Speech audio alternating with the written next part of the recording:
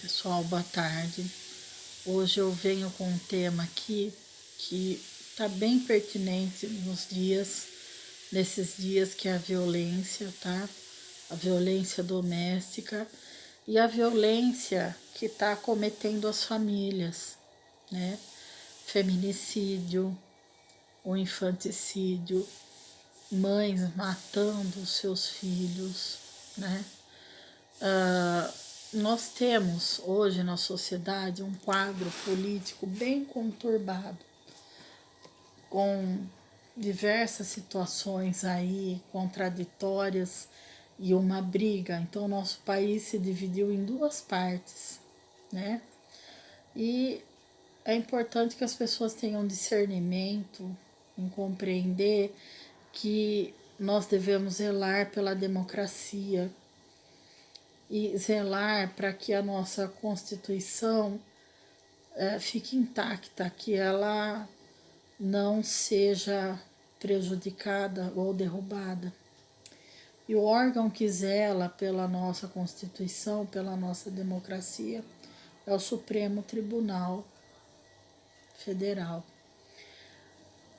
Lá os ministros vão zelar, eles zelam pela democracia, pelos nossos direitos na Constituição, porque eles estão acima do poder executivo e do legislativo, né?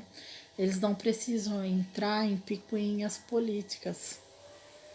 Infelizmente, o nosso sistema do executivo está atacando o Supremo, atacando, né, para tentar derrubá-lo, porque eles querem tirar a nossa democracia, eles querem tirar os nossos direitos por Constituição, tá?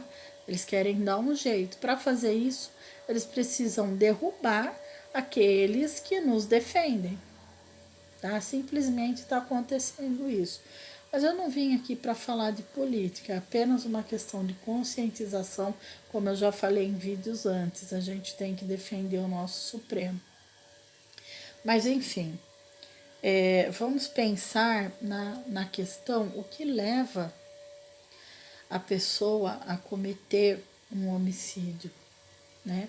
Eu não vou me pautar num conteúdo psiquiátrico, mesmo porque eu não tenho nem a capacidade para falar isso depende de um médico, um psiquiatra para estar explicando.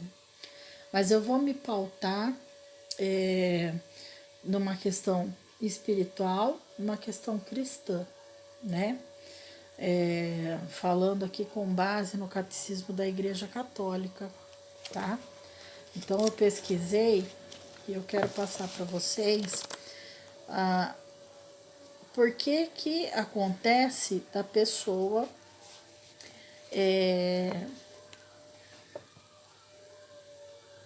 chegar a um ponto desse, né? Então, primeiro, a gente, para amar, a gente tem que estar unido a Deus, né?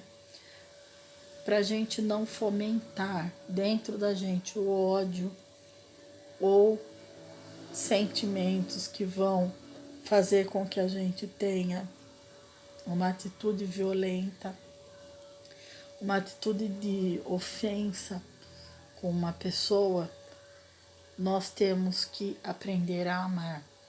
O amor, ele supera tudo. Esse amor é um amor ágape, é um amor que está acima de tudo. E esse amor supera tudo. Ele faz com que você compreenda o outro e se coloque no lugar do outro. Sendo assim, você não vai ter atitudes que vão destruir o outro, tá? Em sua integridade física ou sua integridade moral. E para isso a gente tem que amar a Deus. E quem ama, né, e permanece com Deus não faz mal para ninguém. Agora, quem não ama permanece na morte. Todo aquele que odeia seu irmão é um homicida. E sabeis que nenhum homicida tem vida eterna permanecendo nele. Essa é a primeira carta de João, capítulo 3. Agora, nosso Senhor nos adverte que seremos separados deles se deixarmos de ir ao encontro das necessidades graves dos pobres e dos pequeninos que são seus irmãos, né? Então, além da gente amar, a gente tem que ir de encontro com as necessidades daqueles que precisam. Esse pobre, pessoal, não é só a questão do pobre material, é aquele que está empobrecido de paz. Ele precisa de paz, ele precisa ter um controle, ele precisa ter uma estrutura, né? Ele está, às vezes, muitas vezes deprimido, às vezes está sofrendo aí, desestruturado emocionalmente, e você pode oferecer ir de encontro, mas como que você ajuda a pessoa ensinando que ela tem que estar perto de Deus, ela tem que estar em comunhão com Deus, porque é o Espírito Santo que mantém a nossa estrutura emocional em pé. Então é muito importante, é o Espírito Santo que nos dá paz e mantém a nossa estrutura emocional em pé. Então, ir de encontro também vem a calhar com essa questão aí, toda política, né, que tem acontecido e que deixam as pessoas mais ansiosas ainda. Só que, de qualquer maneira, segundo o Catecismo da Igreja Católica, nós não podemos tirar a responsabilidade da pessoa quando ela comete um crime, né? Aqui no Catecismo fala que aquele que odeia o seu irmão já está cometendo um homicídio, né? A gente precisa controlar e ter, quando a gente tem com a gente o Espírito Santo, a gente não odeia, a gente ama. Amar é suportar tudo. O ódio, ele corta, ele afasta as pessoas. Ele não tem unidade, ele afasta, ele não tem, o ódio não tem ciência, ele não tem sabedoria, ele não ensina nada, ele só fomenta a violência. Esse é o princípio do homicídio, o ódio. O amor é totalmente o contrário, porque o amor tudo suporta. Por isso que esse amor, ágape, esse amor é muito importante. Ele está acima de tudo. É o amor que Deus tem por nós. Nós precisamos amar a Deus em primeiro lugar e ao próximo como a si mesmo. Esse é o primeiro mandamento. Primeiro mandamento, para que você viva bem. Então, ódio é uma palavra, é um sentimento que não deve fazer parte da vida do cristão, não deve fazer parte da nossa vida, porque ele traz outras situações de erro e de pecado que vão deteriorar a vida da pessoa. E independente da situação como está hoje, os problemas sociais e tudo que essa pandemia causou, o fato dos homicídios terem aumentado demais, não podem responsabilizar esses acontecimentos sociais por conta disso. O erro está dentro de cada um. Então, aqui, de acordo com o catecismo, o infanticídio, que é matar criança, o fraticídio, né, matar o pai, o parricídio, o matricídio, matar a mãe, e o assassinato dos cônjuges são crimes particularmente graves devido aos laços naturais que rompem. Então, um filho, um pai e uma mãe têm um laço e eles têm um laço com o filho. O homem mata a sua mulher, ele rompe esse laço de união com ela. Um pai mata um filho, ele rompe esse laço da descendência. Um filho mata o pai, ele rompe o laço da ascendência. O irmão mata o irmão, ele rompe o laço fraterno. Tá?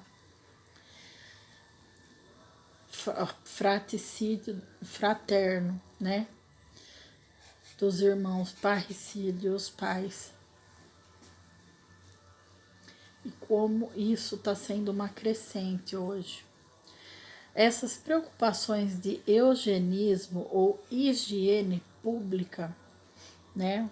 Que está acontecendo hoje, não podem justificar nenhum assassinato, mesmo a mando dos poderes públicos. Vamos dizer que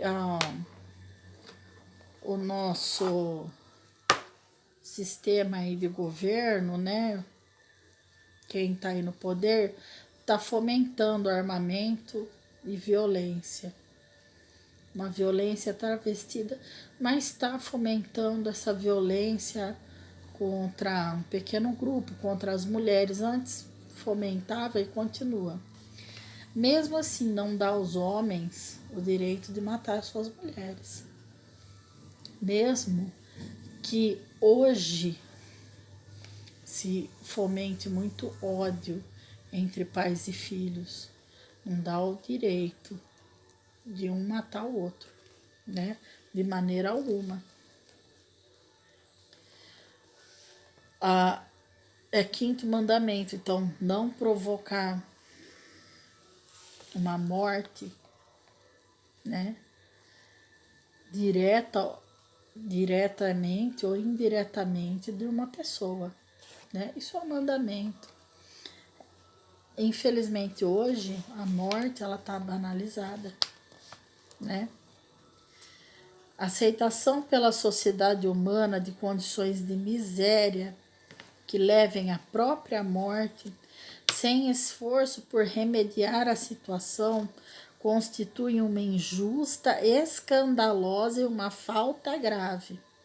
Todo aquele que em seus negócios se der às práticas de usura e mercantis e provoquem a fome e a morte de seus irmãos, dos demais homens, comete indiretamente um homicídio que lhe é imputável. Então tem essa questão também, né? A responsabilidade dos nossos políticos hoje de ter uma grande parte de famílias passando fome e morrendo, né, por conta da fome, é responsabilidade do poder público. O que não pode é dentro da família se entrar em desespero por conta da situação e um começar a matar o outro, né? Então, é algo que parece, nossa, né? Que coisa horrível isso. É horrível, mas todos os dias a TV tá mostrando morte em cima de morte. As pessoas estão se matando por nada, né? As mães matando os filhos, homens matando mulheres, enfim, falta de Deus. O que é preciso? Purificação do coração. O coração é a sede da personalidade moral, segundo o Catecismo da Igreja Católica. É do coração que saem as más intenções, os homicídios, adultérios, imoralidade sexual, roubos, falsos testemunhos e calúnia. Isso é Mateus capítulo 15. A luta contra a concupiscência da carne passa pela purificação do coração e pela prática da temperança. Temperança é você ter paz e calma para resolver as situações. Conserva-te na simplicidade, na inocência, e serás como criancinhas que ignoram o mal destruidor da vida dos homens. Né? Felizes os puros de coração, porque verão a Deus. Mateus capítulo 5, versículo 8. Puros de coração, segundo o Catecismo, designa aqueles que entregaram o coração e a inteligência às exigências da santidade de Deus, principalmente nos 3 âmbitos: a caridade, a castidade e retidão sexual, o amor à verdade e a ortodoxia da fé. Existe um laço entre a pureza do coração, do corpo e da fé. A caridade, a prática do fazer o bem, é uma prática, é um exercício que você acostuma e não perde mais essa prática. A prática de fazer o bem só enriquece o seu ser, tá? Só ele te dá cada vez mais dignidade enquanto ser humano. A castidade e retidão sexual é o controle que você tem sobre você mesmo, em não se dar para qualquer um, em não cometer práticas sexuais aí exacerbadas, igual está acontecendo hoje. A menina fica mocinha ou já ainda é uma criança, ela está se dando aí para os meninos, para os homens, né? O menino, ele tá aí e quer pegar tudo quanto é menina. Isso vai deixando a pessoa cada vez mais perdida, vazia, cada vez mais desestruturada, tá? Ele vai adulterando o seu ser, porque o fluido de uma pessoa fica dentro da outra por 3 anos. Imagine um, depois é outro, depois é outro, depois é outro. O seu ser vai ficando bagunçado. Porque você não tem uma única união com uma pessoa que você ama. Volta na questão do amor, o amor eros, mas é uma questão importante.